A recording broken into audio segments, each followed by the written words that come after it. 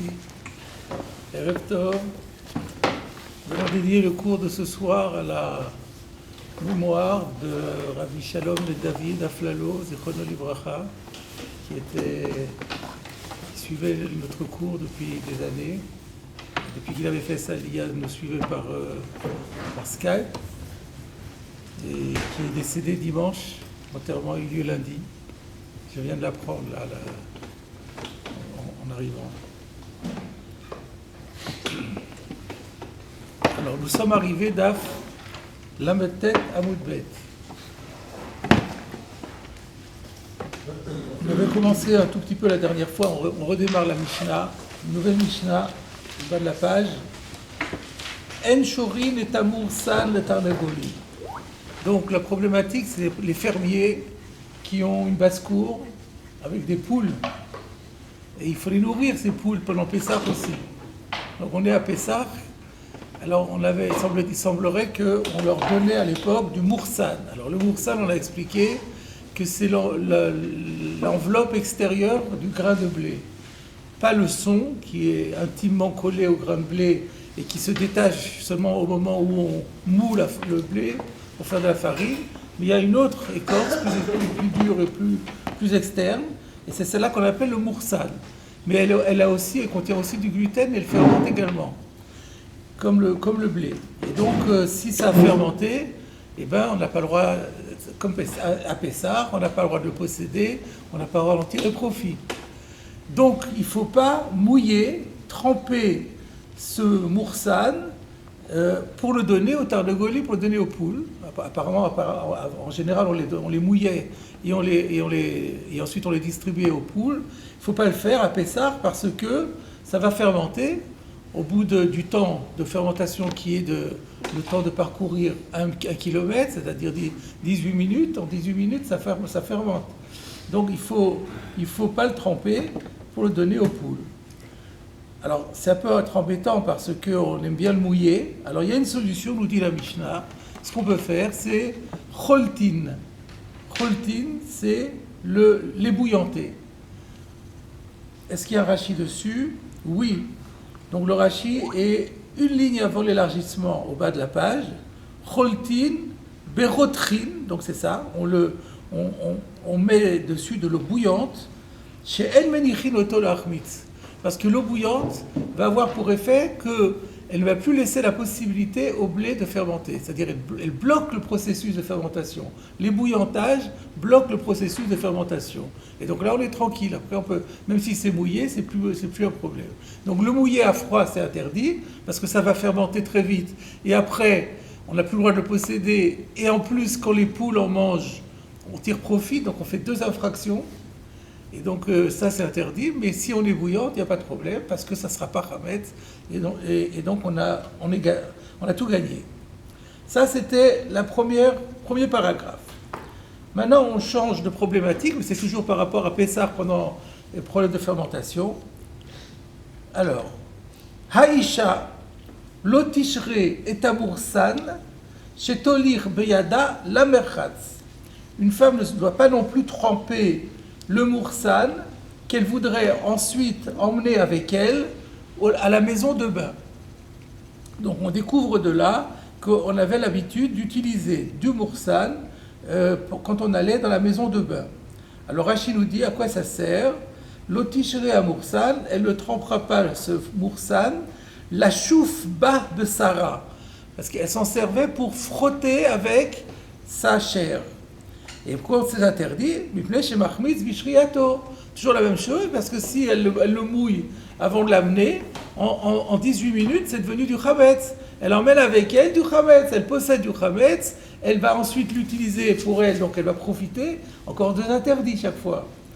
Donc c'est pas possible. Alors maintenant, Rachid n'a pas dit quel intérêt de frotter avec sa chair.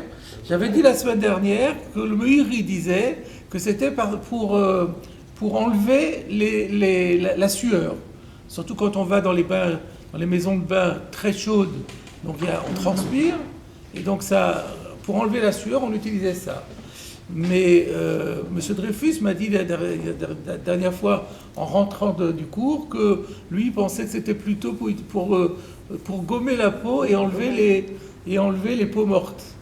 Que ça pourrait servir à ça. Alors, je voulais lui dire que j'ai trouvé dans le Tiferet Israël, dans le commentaire sur la Mishnah du Tiferet Israël de Rabbi Israël Lifshitz, il dit le nakot et atzma, c'est pour se nettoyer. Donc ça va dans le sens de ce que vous disiez. Donc voilà. Donc c'est pour se nettoyer de manière générale. Bon, disons que l'un n'empêche pas l'autre, ça permettait d'enlever la sueur et ça permettait aussi d'enlever les peaux mortes. Et donc c'est faisable, mais il ne faut pas le tremper avant pour pas que ça fermente. Ensuite, je reviens à la Mishnah. Aval, shafa'i bivsara yavesh. Par contre, elle peut frotter avec sa chair du moment que c'est sec. Alors là, on ne comprend pas. Mais c'est évident. Puisque c'est sec, pourquoi on ne pourrait pas? Où est le problème? On regarde en Rashi. J'anticipe pour vous expliquer pourquoi Rashi intervient. Aval shafa'i, mursan yavesh, bivsara, vafalpi shemaim tofrin al besara. Quand on dit que c'est sec, ça veut dire que le mursan, il est sec. Mais sa peau n'est pas sèche. Elle est sous-entendu, elle est déjà rentrée dans l'eau, elle ressort de l'eau, donc elle a tofer, le maïm tofrim, ça veut dire que l'eau est encore humide sur sa peau, et malgré tout, ça, elle a le droit d'utiliser le mursan pour l'enlever. Pourquoi? Parce que, pour se sécher aussi peut-être, parce que là, ça n'aura pas le temps de fermenter. Alors soit, on ne sait pas trop quelle est la raison, soit parce que il n'y a pas assez d'eau pour que ça fermente, ça va juste un petit peu humidifier, soit parce que, on va aussi dire autre chose, c'est comme elle fait ça après le bain, donc elle va de toute façon frotter, et on en parlera encore, et on peut dire que tant qu'elle frotte, on a déjà vu et on verra encore que quand on a dit que le chametz en 18 minutes fermente, c'est quand il est au repos. Mais tant qu'il est malaxé, et alors là il est en mouvement, on le manipule, là il risque pas de fermenter. Donc tant qu'elle le frotte de façon dynamique, ça va pas fermenter. Et puis, pardon? Quand elle a fini de frotter, elle le pose. Elle le met à la poubelle. Après, elle le met à la poubelle. Ça peut être ça. Mais enfin, c'est vrai que tout ça, ça demande à être précisé et vous verrez qu'il y a énormément dans les Rishonim sur ce sujet. Alors, ça, c'était le deuxième paragraphe. Donc, le premier paragraphe, c'est les poules. Le second paragraphe, ça ne serait pas gentil de dire que c'est les poules. Ça parle, disons, de la jambe féminine qui va au bain. Et le troisième paragraphe, c'est Loïl osadam chitin veyaniach al makato. Il y a une version qui rajoute Bepessar. De toute façon, tout ça, c'est pendant Pessar. Mipnei she'en machmitzot. Parce qu'elles vont fermenter. Alors, ça veut dire quoi? Loïl osadam, qui veut dire loes. On a un Rashi qui nous aide. Loïl os, loïkos. Bon, nous, ça ne nous aide pas beaucoup. Mais ça veut dire en fait mâcher, mastiquer. Donc, un homme n'a pas le droit de prendre un grain de blé, de les mettre en bouche et de les mastiquer, de les mâcher, pour ensuite les poser sur une plaie. Donc, c'était à l'époque aussi une méthode pour cicatriser ou pour empêcher les infections, je ne sais pas. Et donc, ça, on n'a pas le droit de faire. Pourquoi? Qu'est-ce qui produit la fermentation? Alors moi, dans mon édition de Osvada, il ramène le Tosfot Yom Tov au nom du tour, She'arok Machmitz, exactement. La salive, c'est comme de l'eau. Et donc, en le mettant, en le mâchant comme ça, en mâchouillant ce blé dans la bouche, c'est comme s'il le trempait dans l'eau. Donc, ça a été bien mouillé. Ensuite, il va le mettre sur sa peau, sur sa plaie. Ça va rester plus que 18 minutes sur la plaie. Donc, ça a été mouillé avec de l'eau, avec de la salive qui est comme de l'eau. Et donc, ça va fermenter. Et donc, c'est interdit. Parce qu'après, il le possède. Et on n'a pas le droit de posséder. Donc, voilà. Donc, la troisième règle concerne le fait de mâcher et de mettre sur la plaie. Alors, on va poursuivre. On a démarré tout de suite la Gemara. Tanoura Banan. Alors, la Gemara rapporte une braïta. Nos maîtres ont enseigné une braïta. En général, quand on voit quelque chose comme ça, on a une Mishnah et on démarre tout de suite avec une braïta, c'est que sans doute cette braïta, alors soit elle va traiter de la même chose avec plus de détails, soit elle va nous permettre de mieux comprendre la Mishnah. On va voir. Alors, qu'est-ce qu'elle dit, cette braïta? Eilu dvarim she'en ba'in lidei chimutz.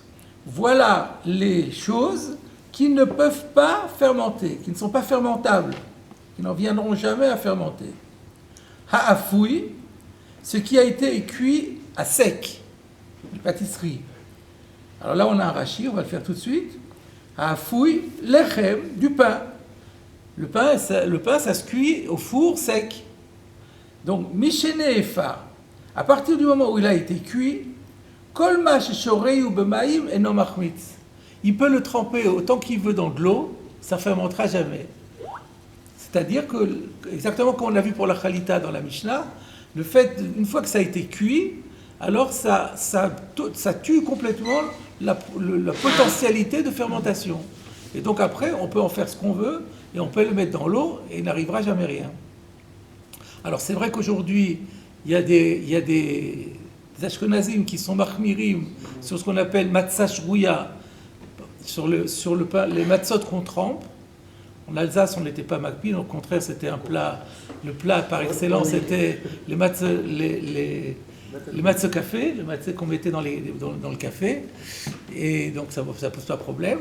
Mais minadin, il y en a qui disent que, et il y en a même qui sont très makpid.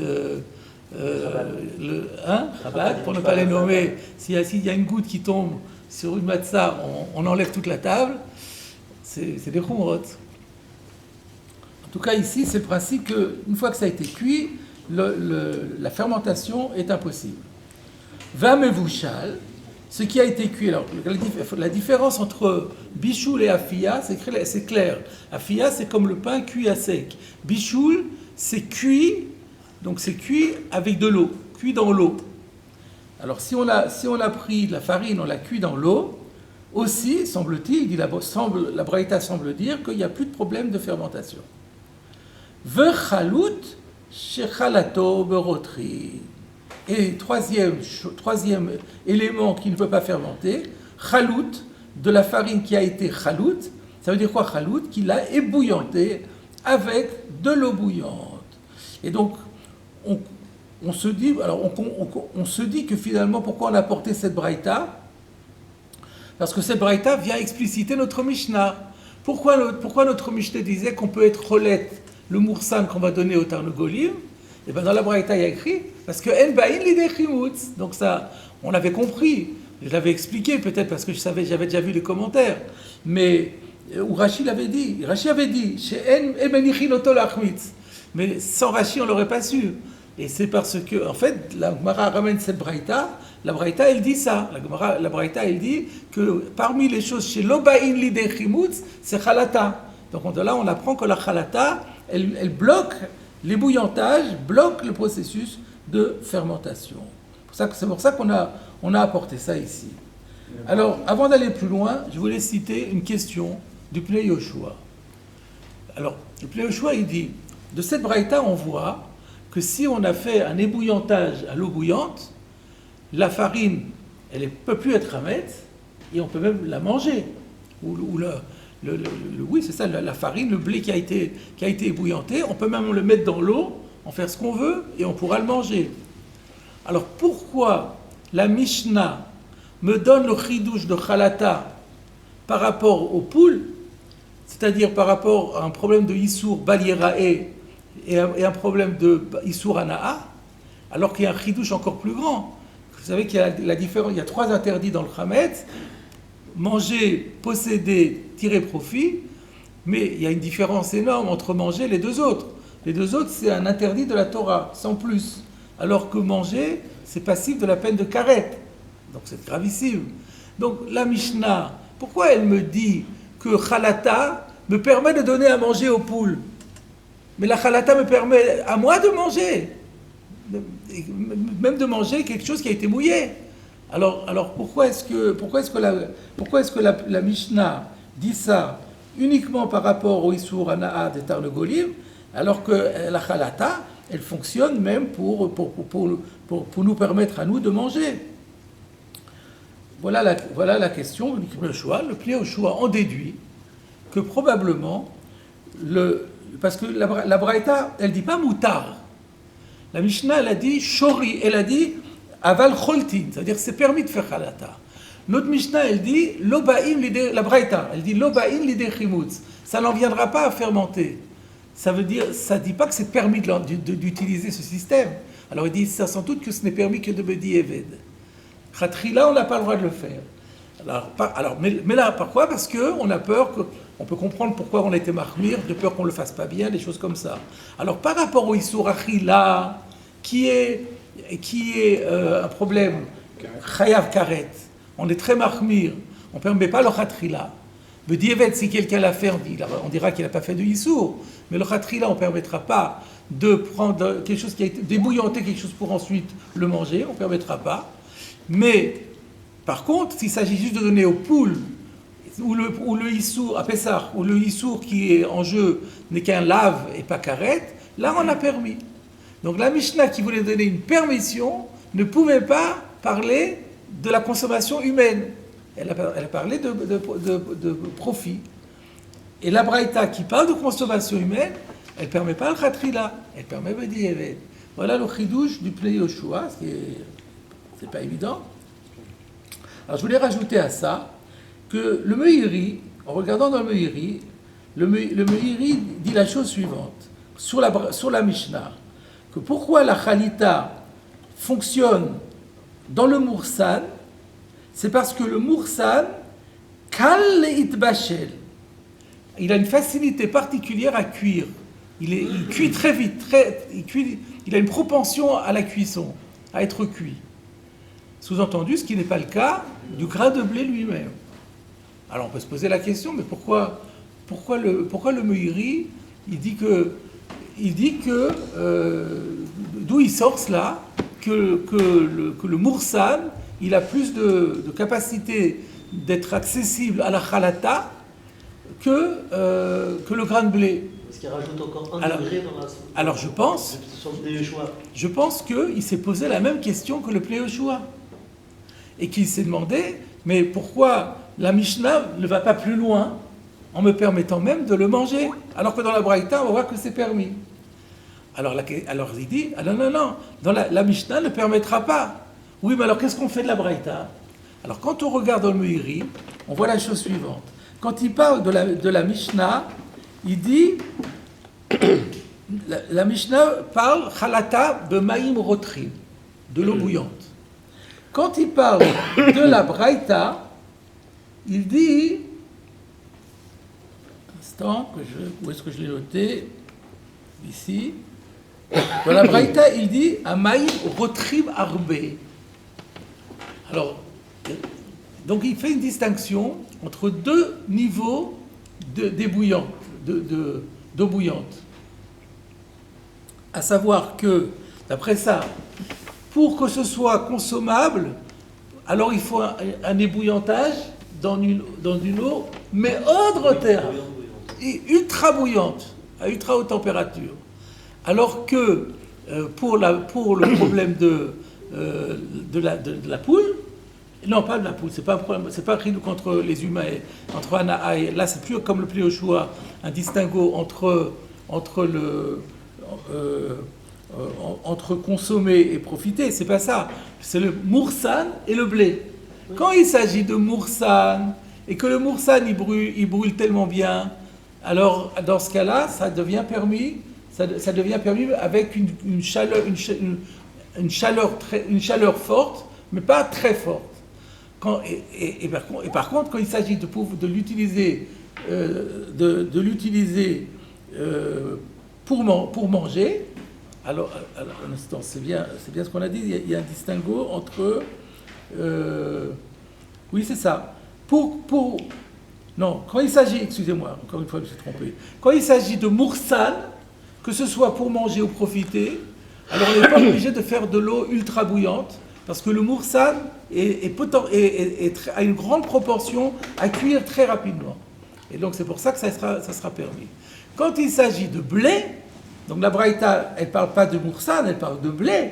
Le blé, il faut que ce soit ultra haute température. Donc voilà les deux manières de répondre. Donc on a une contradiction entre la Mishnah et la Braïta, que la Mishnah permet seulement le moursan ou seulement pour les poules. La Braïta permet le blé pour les hommes. Et donc, pourquoi cette différence? Alors, soit on fait un chilouk entre profiter et manger comme le Pnei Yoshua, en disant que là on est plus méquille que dans l'autre, soit on dit, non, dans un cas on parle de moursan, dans l'autre cas on parle de blé. Et le blé, il a plus de difficultés à cuire, et donc il faut que ce soit rotéar arbé, que ce soit très très très bouillant. Voilà donc... D'après le Meiri, c'est moutar le khatrila. Ça sera toujours moutar le khatrila dans les deux cas. Oui. Mais pas avec la même rôtie. Oui, on ne fait plus de distinction, on ne fait pas de bidievet. Non, c'est moursan, c'est rotéar, permis à tout le monde. Quand on a permis alors la question non, va... la question peut se reposer. Alors la question peut se reposer. Alors pourquoi la question de Yoshua peut quand même se reposer? Pourquoi la Mishnah me dit pas que pour les hommes, on peut manger du moursan avec la chalata? Ça se mange pas. Alors c'est parce qu'il faut dire que voilà, c'est ça ce qu'il faut dire. Il faut dire que on n'a pas l'habitude de manger du moursan. Alors c'est pour ça que la Braïta et la Mishnah, elle a parlé que des tarnagolim. Et le lachon de la Braïta que vous avez dit que ça laisse entendre que c'est pas moutard, la formulation. Non, j'ai pas dit ça. J'ai pas dit que ça laisse entendre que c'est pas moutard, mais c'est pas engagé pour dire que c'est moutard. Donc ça reste ambigu. C'est ce que ça veut dire.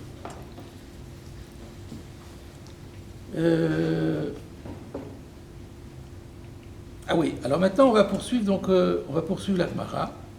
On va revenir à la Gemara. La Gemara revient sur la Braïta, on l'a terminée. La Gemara soulève une question concernant la Braïta. Mevouchal, on a dit que Mevouchal ne peut plus être fermenté. Mais ad de me vachelle mechamea. Mais le temps que ça cuise, ça va fermenter. Parce que on a expliqué que bichoul c'est dans l'eau. En plus dans l'eau chaude. Alors il dit, la Gemara elle dit, mais le temps que ça va cuire, ça va fermenter. Regardons Rashi. Ad mevashel mechamea, be'od shamayim poshrim. Tant que l'eau n'est que tiède, kodem sheyartichu, avant que ça se mette à bouillir, ou machmitz, là ça va fermenter. Ou bedeshadile le torotrin, les cas le hukma. Et tu peux pas me dire qu'on parle du cas où il a mis le blé dans de l'eau déjà bouillante, parce que ça serait une redite avec chalata. Donc on ne parle pas d'un cas comme ça. Quand on dit mevouchal, c'est une bichoule classique. Bichoule classique, on met de l'eau froide, on met le produit, on met tout ça sur le feu. Et puis petit à petit, c'est froid, ça devient tiède, ça devient chaud, et puis ça se met à cuire. Le temps que ça se passe, ça va cuire. Et donc comment on peut dire que ça va pas, le temps que ça va fermenter, et une fois que ça a fermenté, c'est fermenté. Comment la Braïta peut me dire ça fermentera jamais? Vous avez compris la question? Peut-être qu'il la manipule. Alors le pneu dans l'eau, il la touille en permanence.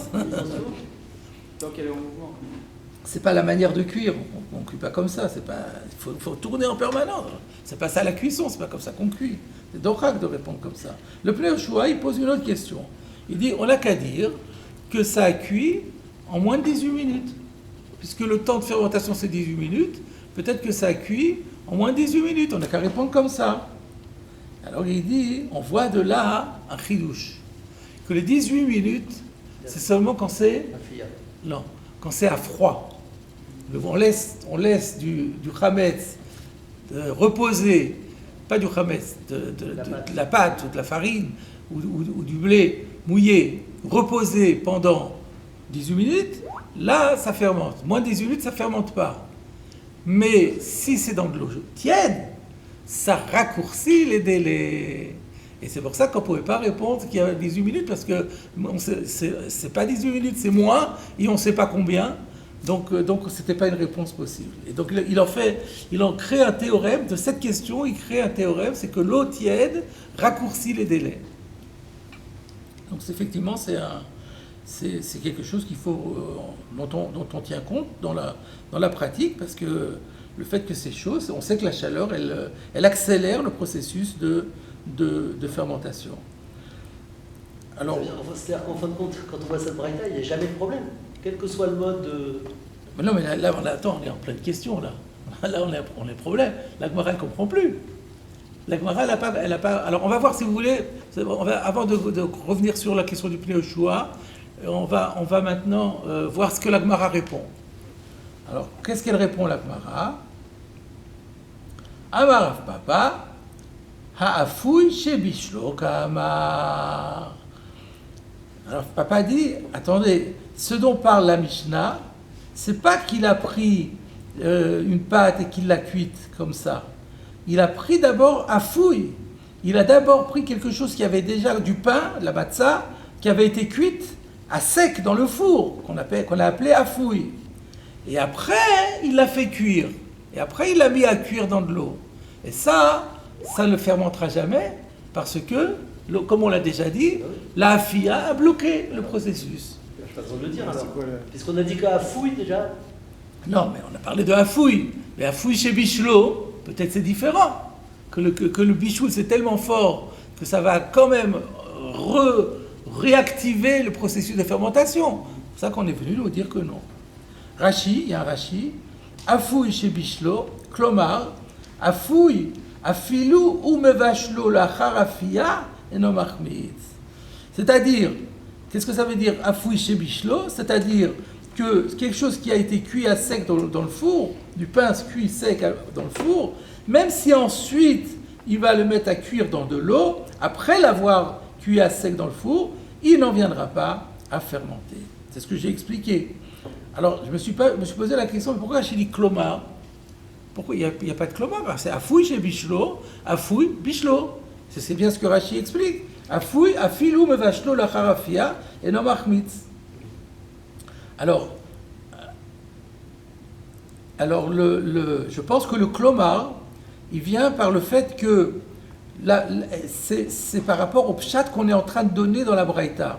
La braïta, elle dit mevouchal. Donc, mevouchal, elle est en train de dire, ça a déjà été cuit, et maintenant quand c'est cuit, enobaïm et dechimutz. Et là, on est en train de dire, non, le chidouche, c'est pas ça. Le chidouche, c'est pas qu'une fois que ça a été cuit, mais le chidouche, c'est que pendant la cuisson, ça ne va pas fermenter. Donc bien qu'il y ait écrit Amevouchal, il faut comprendre, quand on est mevachel, pendant le bichoul, ça ne fera pas de cuisson, ça ne fera pas de fermentation. Donc c'est un peu forcé dans les mots. C'est pour ça que j'ai dit klomar. Klomar, pas que la formulation de la Gemara, elle est en elle-même forcée, mais elle est forcée dans l'explication des mots de la Braïta. Donc en résumé, le hafouille chez Bichlo, ce n'est pas un troisième cas qui bloque la fermentation, mais ça revient à expliciter le hafouille, que le hafouille, même si on a mevaché l'auto, ça restera, ça va pas, afilou mevachlo, et non machmis, il ne fermente pas, comme on avait dit déjà, que kolma sheshoreu bamaim et no. Alors, faites bien attention que si on revient au Rashi d'avant, le premier, il avait dit kolma sheshoreu bamaim et no machmitz. Donc, même s'il le trempe dans l'eau, c'est pas machmitz. Sous-entendu, on n'a pas encore parlé du bichoul. On aurait pu dire, mais si c'est mevachel, c'est différent. Et là, la fin de la braïta me dit, même si on a été mevachel, ça ne changera rien. Donc voilà la question et la réponse de la Gemara. Donc le Pnei Yoshua avait posé la question, mais peut-être on n'a qu'à dire plus simplement, au lieu de faire ce pshat-là un peu alambiqué, on n'a qu'à dire qu'on parle d'un cas où il n'y avait pas les 18 minutes. Réponse,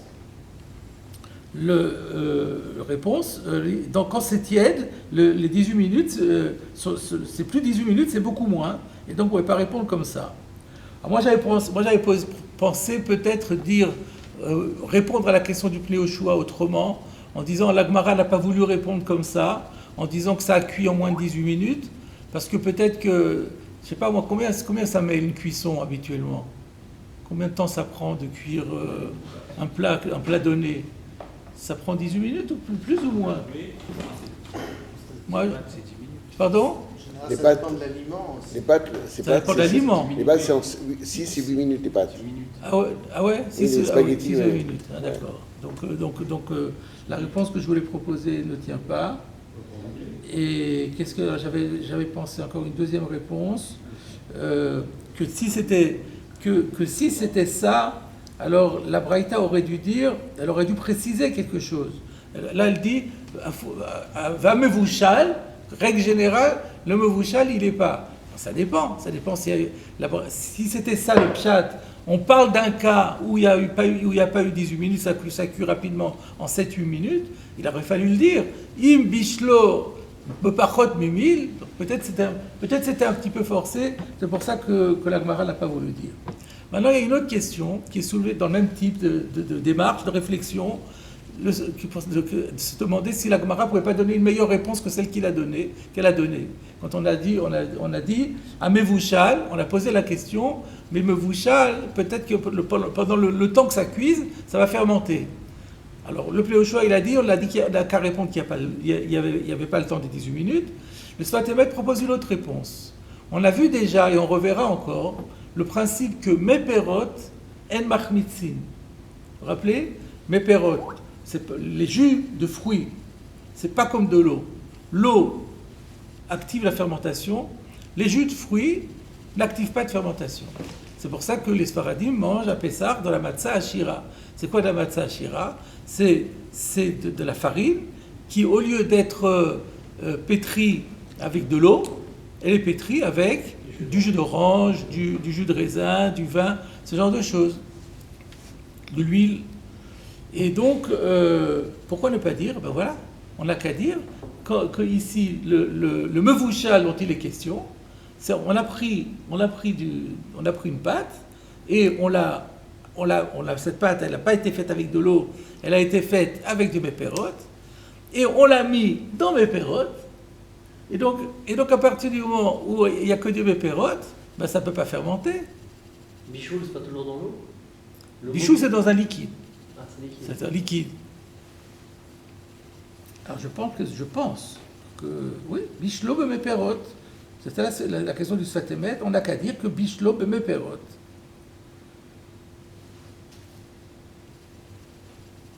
Alors, d'un côté, il dit, alors, il y a une marloquette sur laquelle on reviendra.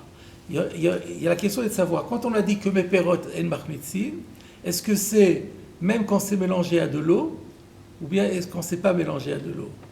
Alors, le Roche, lui, dit que même si c'est mélangé à de l'eau, meperot en machmitzin. Alors, d'après ça, la Gemara ne pouvait pas répondre qu'on parle de ça, parce que si on parle de meperot, et qu'on a le principe que meperot en machmitzin, il n'y a plus aucun chidouche. Pourquoi me dire à mevouchal? De manière générale, tout ce qui est meperot en machmitzin. Donc il n'y a pas la peine de dire que c'est parce que ça a cuit, même si ça n'avait pas cuit, du moment que c'est le meperot, ça ne peut pas être machmitz. Donc le problème serait résolu. Donc la Gemara ne pouvait pas répondre comme ça. Mais si on dit que non, que meperot c'est pas machmitz, c'est uniquement quand on a du meperot. Mais avec de l'eau, ça devient pire, même pire. Alors dans ce cas-là, la Gemara pouvait répondre qu'on parle ici, au début il l'a cuit avec des meperot, mais après il va le mettre dans l'eau.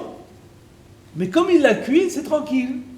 Et donc là, ça serait un grand chidouche. Et donc là, il y aurait un chidouche, et on n'aura pas besoin de rentrer dans la réponse forcée de la Gemara. C'est astucieux de la part du Sfat Emet. Qu'est-ce qu'il répond le Sfat Emet? Lui aussi, il en déduit un postulat, pas un postulat, un théorème. Il dit la chose suivante. Il dit, en fait, ceux qui disent que meperot en machmitzin, il faut comprendre ce que ça veut dire. Parce que quand vous faites une pâtisserie, elle lève aussi, comme elle lèverait avec de l'eau, elle lève aussi avec du jus d'orange. Mais ce qu'il faut dire, c'est que c'est une forme de fermentation qui n'est pas la fermentation qu'interdit la Torah. C'est pas ça le chimoutz, c'est une autre variante de fermentation, mais c'est pas la fermentation qu'on appelle chametz. Alors d'ici c'est ça le pshat, alors on voit d'ici que la Gemara n'a pas voulu répondre comme cela, parce qu'une fois que ça a fermenté, ça ne peut plus refermenter autrement. Comme ici c'est en deux temps. Quand est-ce qu'on a dit que l'eau fait un problème? C'est si on a mélangé les deux. au moment de la préparation. Mais c'est une fois que ça a déjà fermenté une première fois, ça a levé, ça a fermenté une première fois, il n'y a plus une fermentation après une autre fermentation. Et donc il n'y aurait pas de tridouche de nouveau, c'est pas lié au bichou, encore une fois. Voilà les deux. Donc vous voyez, c'était un peu assez sophistiqué. Alors maintenant, on a presque fini la souvia. Il y a encore, la Gemara poursuit encore avec une braïta. Et là aussi, on peut se demander pourquoi on apporte cette braïta ici, on en parlera plus tard. Là, la première braïta, on a compris pourquoi on en a parlé, puisque c'était le principe de problème de chalout. Mais maintenant, il y a une autre braïta. Donc, je suis à la 3e ligne après le début de la Gemara. Tanya, Rabbi Yosef bar Rabbi Yehuda Omer. Rabbi Yosef, fils de Rabbi Yehuda, dit Kemach, Shenafal, le tocho, d'élef, de la farine sur laquelle est tombé d'élef. Alors, qu'est-ce qu'il dit Rashi? Minagag. Il dit pas ce que c'est. On est censé connaître ce que c'est. Alors, effectivement, on le voit par ailleurs, en Shabbat ou ailleurs. D'élef, c'est un écoulement goutte à goutte. Donc, ça veut dire que le toit, il a plu, et du toit, ça coule en goutte à goutte. C'est ça ce qu'on appelle d'élef. Alors, si donc on a de la farine qui était donc placée sous le toit, et le toit se met à fuir, et il laisse échapper, non pas un filet, mais des gouttes qui tombent les unes après les autres dans la farine. Afilou kolayom kulo. Et même si ça va durer toute la journée, enoba lidechimuz. Eh bien, ça ne fermentera pas. Alors que c'est mouillé, c'est trempé, ben ça ne fermente pas. Pour quelle raison? Rashi nous dit Enoba lidechimuz, chez Tiroud à Delef, à Nofel Tamid, Eno menichol achmitz. Tiroud, c'est un peu difficile à traduire parce que littéralement, taroud, ça veut dire taraudé. Quelqu'un qui est taraudé, il est taroud. Mais là, la farine, elle n'est pas taraudée. Alors, mais ça veut dire, c'est sans doute au sens figuré. J'ai pensé traduire par l'effervescence. L'effervescence que crée, ou l'agitation que crée le goutte à goutte en permanence, à Nofel Tamid, qui tombe en permanence, ça ne laisse pas à la farine la possibilité de fermenter. Parce que comme on a dit, quand est-ce qu'il y a une fermentation? C'est quand la farine est au repos, ou la pâte est au repos. On a dit quand on la travaille, il n'y a pas. Et bien là, le fait qu'elle est assommée en permanence avec ces gouttes qui tombent les unes après les autres, ça bloque, ça bloque pas pour la suite. Mais tant que ça tombe, il n'y aura pas de fermentation. Ça peut être valable sur la partie où la goutte tombe, mais l'eau va s'écouler. Ah, c'est une excellente remarque. Qu'est-ce qui va se passer sur la périphérie de l'endroit où ça... Ah, c'est ça que vous dites? Oui. On va voir cette question soulevée par les Rishonim. C'est très bien. C'est-à-dire il y a deux solutions. Ou bien on dit, attention, c'est que l'endroit où ça tombe qui ne fermente pas, mais tout le reste, si c'est mouillé, ça c'est fermenté. Ou bien on va dire, non, il y a un effet collatéral. Et le fait que ça tombe, eh bien, toute la périphérie est impliquée dans cette effervescence et ça la protège de la fermentation. Ces deux solutions. Alors, on a presque fini. Il y a une réserve. Amarav Papa, Vehu de Avid, Tif le Adeitif. Mais cette règle n'est valable que dans le cas où les avides, tif, les adéitifs. Ça marche, c'est fait goutte après goutte. Les adé, avec la goutte. Ça veut dire quoi? Est-ce qu'il y a un Rashi? Oui. Tif, les adéitifs, shenoflin, tipa, achar tipa, samour, vetekef. C'est-à-dire qu'il faut que la goutte suive immédiatement la goutte précédente. Noflim, elle tombe, goutte après goutte, samour, très proche, vetekef, et immédiatement. Ve'en sha'ot bentaim. Il ne faut pas qu'il y ait le moindre temps entre les deux. C'est difficile à mesurer. Quelle est la rapidité de la course des gouttes. Voilà, vous David tifladétif. Alors là, on n'a pas eu de réponse. Pourquoi on a cité ça ici? Dans la Mishnah, on n'a pas du tout évoqué cette question de tipote, du Non, délai. comme on a dit une braïta qui parlait de ce qui ne fermentait pas, ça c'est aussi un enseignement de ce qui ne fermente pas. Alors, j'ai pensé à ça, parce qu'il y a la même formulation, Enobal idechimut. Mais si on réfléchit bien, c'est pas du tout la même chose. Parce que dans la braïta, Enobal idechimut, ça veut dire que ça bloque définitivement le process de fermentation. Ça ne fermentera plus jamais, tu peux faire ce que tu veux. Là, à l'instant même où les gouttes s'arrêtent, c'est fini. Donc c'est purement formel, mais dans le fond, ça n'a rien à voir. Alors ça ne peut pas justifier. Alors, on va regarder s'il y a quelque chose dans les Rishonim. Alors, on va commencer par le Ran, enfin le Rif si vous voulez, mais on va constater que le Rif ne rapporte strictement rien de plus que ce qu'on a vu dans la Gemara. Il n'y a pas un seul commentaire en plus, sauf que vous pouvez remarquer qu'il a une girsa un tout petit peu différente sur ce qu'on vient de voir. Amarav Papa, Ve'u David, Tif, Tif, Keneged, Tif, Tif. Alors que nous on avait Tif, Lehadei Tif, qui est une formulation un peu étrange. Lui il dit Tif, Tif, Keneged, Tif, Tif. C'est aussi étrange comme formulation. Il faut que ça se fasse goutte, goutte, en face de goutte, goutte. Bon, on comprend que ça veut dire aussi qu'il faut que ce soit saccadé, très rapproché. Alors, la seule chose qui est intéressant de voir, enfin qui est nouveau, disons, le Ran ne fait que reprendre les commentaires de Rashi. Par contre, sur le Avid Tif Tif, que les Get Tif Tif, là il y a un petit commentaire du Ran que je vous invite à regarder. Shenofelet tipa achar tipa, samur tekef ben shad ben taim. Ça c'est l'explication de Rashi. Et après il continue et il dit Perash Are'a Zal.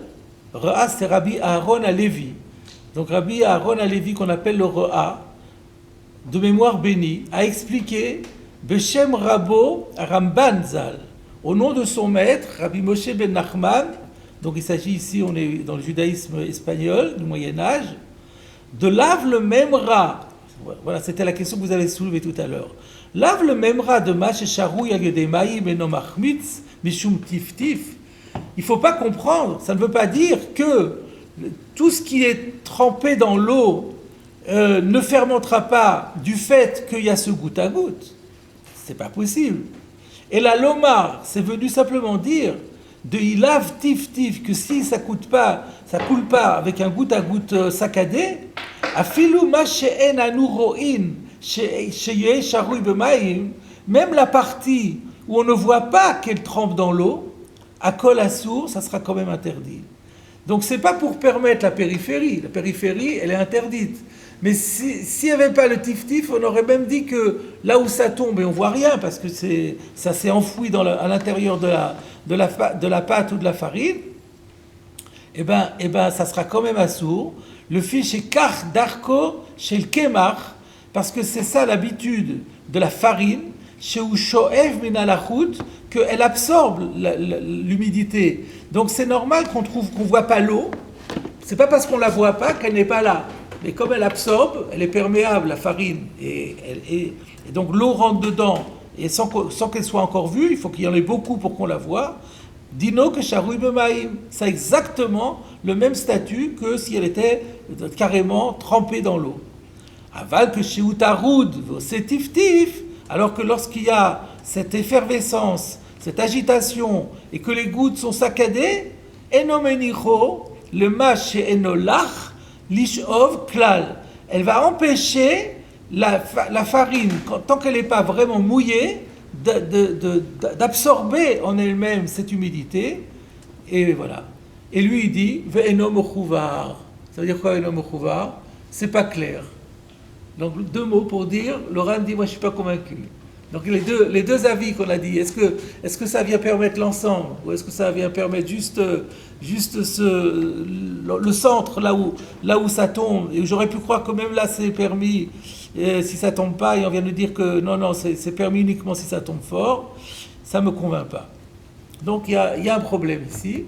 Et donc je vous invite maintenant à regarder le Roche, Rabbeinu Asher, qui va être lui beaucoup plus prolixe que les autres. Alors, on va commencer par donc le Rosh, Siman Kaf. Il découpe la Mishnah en plusieurs parties, donc on va faire commentaire après commentaire. Donc Mishnah, vous l'avez, Daf Lametet Amudbet, En Shorin et Amursan et Arnegolim, Aval Choltin. On a vu que le Mursan, cette écorce du blé, on ne doit pas la mouiller, la tremper pour la donner aux poules, mais on peut l'ébouillanter. Katav Rav Shrira Zichrono Livracha. Vous savez qui est Rav Shrira? C'est l'avant-dernier des Géonim. Les Géonim, vous savez que ce sont les directeurs les Rosh Yeshivot, des Yeshivot de Babylonie. Et avant la période des Rishonim, on les appelle les Géonim. Et donc il y a beaucoup de Géonim très connus, Rav Saadia Gaon, Rav Shrira, Rav Achai Gaon, l'auteur des Sheiltot. Et l'avant-dernier, c'est Rav Shrira, et son fils était Rav Hai, et après ça s'est arrêté les Géonim. Donc là, on est à l'avant-dernière génération des Géonim de Babylonie. Et voilà ce qu'il a écrit Rav Shrira, de mémoire bénie. Afalpi shechalut en bal idei chiyutz. Bien qu'il soit clair dans la Gemara qu'une farine ébouillantée ne peut plus fermenter. Ou muglashin al gabe kemar hu achlatot. Et alors, c'est quoi achlatot? C'est quand l'eau bouillante vient sur la farine. Qu'est-ce qu'il veut dire par là? Je ne sais pas si vous vous rappelez, on avait vu plus haut, dans Flamedhe Amoudbet, une différence entre him issa et chalata. Alors on avait dit quelle est la différence entre les deux? Him issa, c'est quand on met la farine dans l'eau bouillante. Et chalata, c'est quand on met l'eau bouillante sur la farine. Le résultat est le même. Alors, c'est ça qu'il dit ici. Muglashin, c'est l'eau bouillante. Al-Gabe Kemar, quand elle vient sur la farine et pas la farine dedans, c'est ça qu'on appelle chalatot, ou achalatot. Lo shamanu b'shtei yeshivot sheitiruze. Nous n'avons pas entendu dans aucune des deux yeshivot. Donc à l'époque des Géonim, il y avait deux grandes yeshivot. Une était à Pumbedita, l'autre, je ne me rappelle plus exactement où c'était. C'était Soura ou Nardea, ou Matam Chassia, je ne sais plus. En tout cas, il y avait deux grandes yeshivot, et il dit dans aucune des deux grandes yeshivot, je n'ai entendu que les Géonim n'aient permis de quoi de pratiquer cet ébouillantage et de consommer de la farine qui était ébouillantée à Pessah. Et là, le Chaya, uniquement, ça a été autorisé, mais uniquement pour Chaya. Vous savez ce que c'est Chaya? Une femme en couche, une femme qui vient d'accoucher. Ou le cholé alpi beki'in. Et encore, pour un malade, mais sur la foi d'experts. Là, la formulation n'est pas très claire. Plus tard, on verra, peut-être pas aujourd'hui, je ne sais pas encore, dans le Biur Halacha va citer un texte plus complet de Rav Shrira Gaon qui va dire des experts, c'est-à-dire des médecins, qui vont dire que la personne est en danger et qu'il n'y a pas d'autre traitement possible. Alors dans ce cas-là, oui, mais pas autrement. C'est ça, Alpi Bekin, Cholé Alpi Bekin, sur la foi d'experts, un expert médical qui dit que c'est indispensable. V'chen katav Rav Hai, et donc c'est le fils maintenant, le fils de Rav Shrira, c'était Rav Hai, il a écrit la même chose. Matzah, chaluta berotrin, matzahi, une matzah qui a été obtenue par ébouillantage d'eau bouillante, c'est une bonne matzah. Aval, de Rabbanan Kamae Amrou. Mais les anciens maîtres ont dit Lo yadinan chalita echanhi. Nous ne savons pas comment on procède à la chalita. Il y a une technique, c'est pas juste comme ça, je mets de l'eau bouillante dessus. Il faut savoir comment s'y prendre. Et nous, on ne sait pas comment on fait. Et donc, V'kamat cholim tachul atir lahem meseorim bochalita. Et il y a beaucoup de malades qui se sont donné beaucoup de mal pour essayer qu'on leur permette, donc ils ont fait le siège des rabbanim, pour qu'ils leur permettent de l'eau d'orge, de l'eau obtenue par la cuisson avec de l'orge, bochalita, en disant on va faire chalita, donc ça ne fermente pas. Velo itiru ageonim. Et là, le cholé chez Uksha Cholio al pirofim. Et les Géonim n'ont pas permis, ils ne l'ont permis que dans le cas d'un malade où la maladie était très grave et attestée par les médecins. Ça avait une vertu thérapeutique, cette eau Semble-t-il, en tout cas à l'époque, on pensait que l'eau de l'orge, elle a une des vertus thérapeutiques. Ou alors ça peut être des personnes qui ne supportent rien au niveau de la nourriture et que la seule nourriture qu'elle pourrait ingurgiter, ça serait ça. Il y a ça aussi, on verra. Donc voilà, donc là on découvre, on en avait déjà peut-être parlé, donc il y a quelque chose, donc c'est assez intéressant sur le plan de l'histoire de la Torah Sheba'al Peh et de voir comment les choses fonctionnent. Sur le plan du din, il n'y a pas de doute. La Khalita, c'est permis, c'est formidable. Mais le problème, c'est que on ne sait pas comment procéder. La Gemara n'a pas dit, elle n'a pas donné le cahier des charges, comment on procède. Et donc les Gaonim ont dit, on n'est pas sûr de savoir comment on fait. Et donc, principe de précaution, on n'applique plus. Et donc la Khalita, qui était la panacée, c'était la solution formidable, elle est tombée à l'eau complètement. Deuxième point, Katav Avi Ha'ezri. Donc Avi Ha'ezri, cette fois-ci, c'est un auteur allemand. Maaseh Haya. Alors ça c'est pas tout à fait, c'est plus du tout lié à la Khalata, mais c'est lié à notre Moursan là, de la Mishnah. Il est arrivé une fois chez Sharoum At Moursan qu'on avait pris un peu de Moursan, donc de cette écorce de blé, on l'avait trempé, alors qu'on n'aurait pas dû le faire, et pire encore, Shif Shefou Ba'en Avaz Bepessach.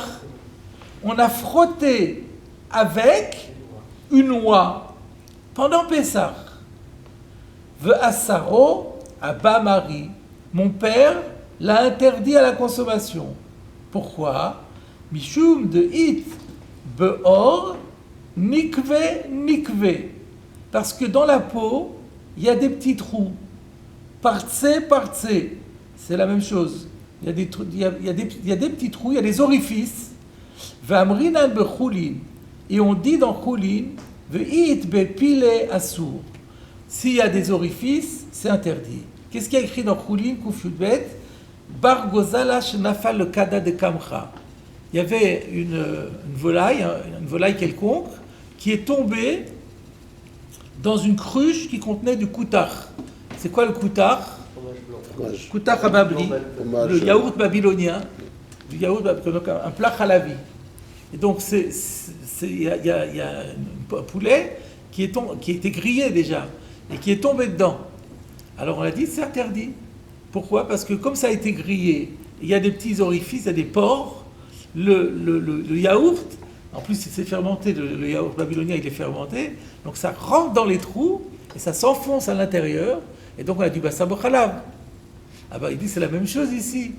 C'est la même chose dans la mesure où on a frotté la loi avec ce moursan qui était venu du chametz puisqu'il avait été mouillé. Et donc on l'a rentré. Et ben, le chametz il est rentré à l'intérieur, même s'il n'était pas encore chametz au moment où il l'a mis. Quand il a frotté, mais après ça rentrait et ça va fermenter, donc on peut plus le consommer. Mais d'après ce que vous avez dit, c'est plus fort le coutard. Quoi? Non, il y a un tsatramon puisque c'est fermenté. Oui, mais la Gemara, elle ne fait pas intervenir ça. Elle dit, du moment qu'il y a des piles, les piles, c'est juste... les nekavim. Voilà, c'est le nekavim. fermenté. Oui, j'ai dit que c'était fermenté, mais la Gemara ne fait pas intervenir. Ouais. C'est vrai. Alors, je vous propose de voir maintenant le Mishnah Bora. Si vous avez des Mishnah Bora dans le... Alors, c'est vrai que c'est en fin de cours, si ça ne va pas vous déranger. Alors, c'est comme vous voulez. Moi, sinon, je vous le cite, je vous le lis, une partie, on verra le début déjà maintenant, et peut-être on terminera la suite. C'est par rapport à la première partie de la Khalata. Donc, c'est dans le Siman Tav Nun Dalet, qui est intitulé Be'eze Matzah eno yotze yedei chovato. Donc, avec quel type de matzah on ne peut pas s'acquitter de la mitzvah, donc c'est apparemment ça ne nous concerne pas. Et on regarde dans le Seif Gimel. Seif Gimel, il a écrit comme ça Leka Bizman Azeh, Shulchan Aruch qui parle, et qui dit Leka Bizman Azeh de Yada le Michlat. Il n'y a personne aujourd'hui qui sache comment on fait la Khalata. Ilkar Kol min chalita asur.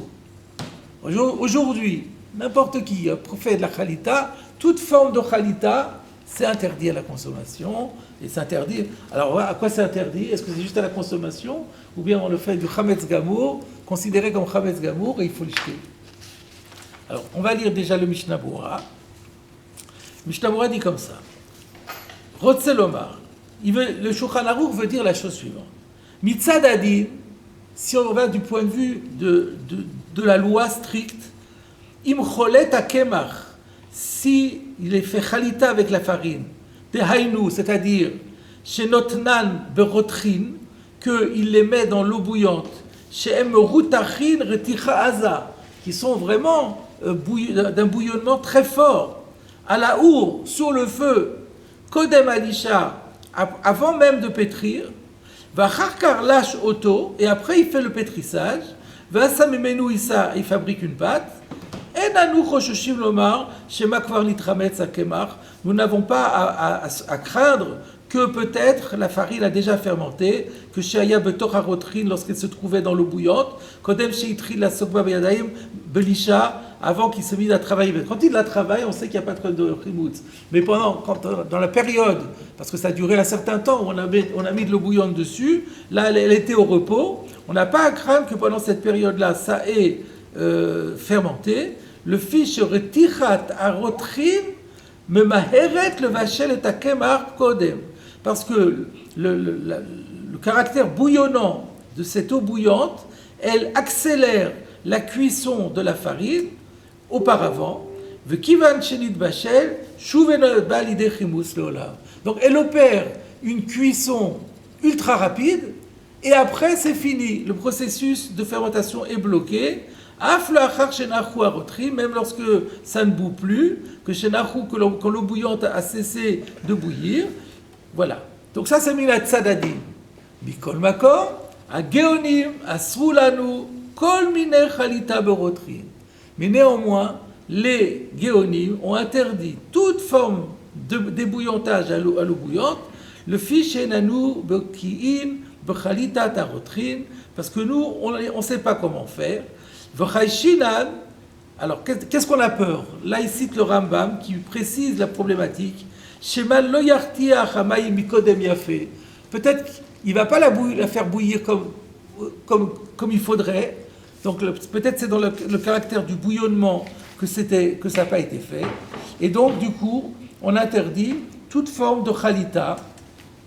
Kol min chalita. Aïnou, ben sheyiten maïm al gaber kemach, ou kemach al gaber maïm, quand il dit toute forme de chalita, que ce soit la farine dans l'eau bouillante sur la farine, à filou maïm même routachim arbe, même si l'eau est ultra bouillante, et qu'elle est sur le feu, et que lui, il remue, même s'il touille la farine dans l'eau, on interdit toutes les formules possibles.